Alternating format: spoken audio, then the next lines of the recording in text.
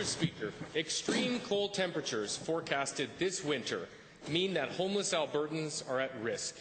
Emergency shelters are full, and in some places, people are already being turned away.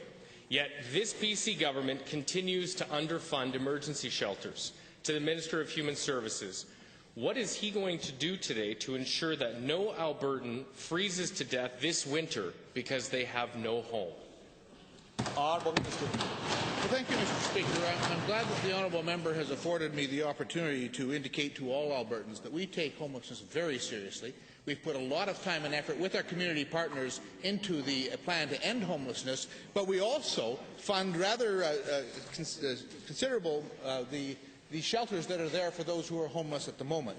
And there is a winter emergency response plan which each community puts in place through their community-based organizations. We fund those emergency response plans. We have added additional beds across the province in various places where those plans indicated they're needed, and we're going to continue to closely monitor that situation and fund. Honourable member.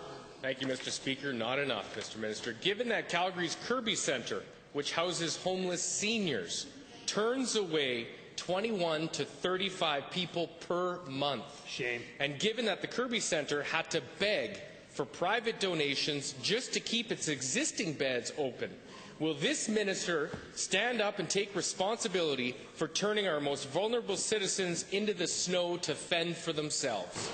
Honourable Minister.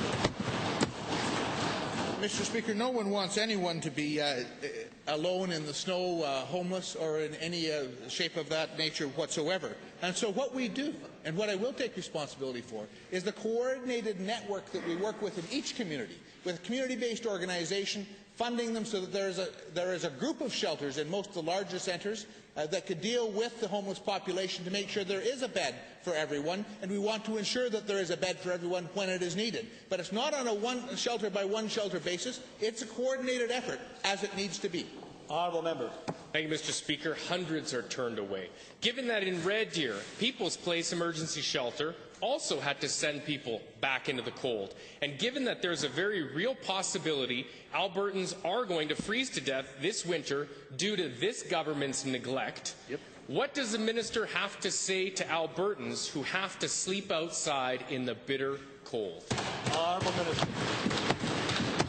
Mr. Speaker, I would hope that no Albertan has to sleep outside in the bitter cold, that there is a place for every Albertan who needs a place. Our emergency shelters work very hard to make sure that that happens, and we work very hard to coordinate with them so that the amount of beds that are anticipated needed are in place when they are needed. And I can tell you that in Red Deer, the Community Housing Advisory Board, as the local CBO, has increased bed capacity at People's Place, operated by the Safe Harbour Society, by 12 spaces, for a total of 35 funded spaces, with a licensed capacity of 46, as their winter emergency response in 2013-2014. If they anticipate that they need more, we will talk.